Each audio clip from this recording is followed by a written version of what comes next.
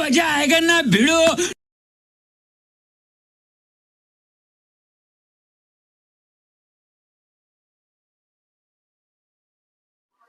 দাদা একটা কিঙ্গের বিস্কুট দেখি দাদা। हाँ दी हाँ दादा दी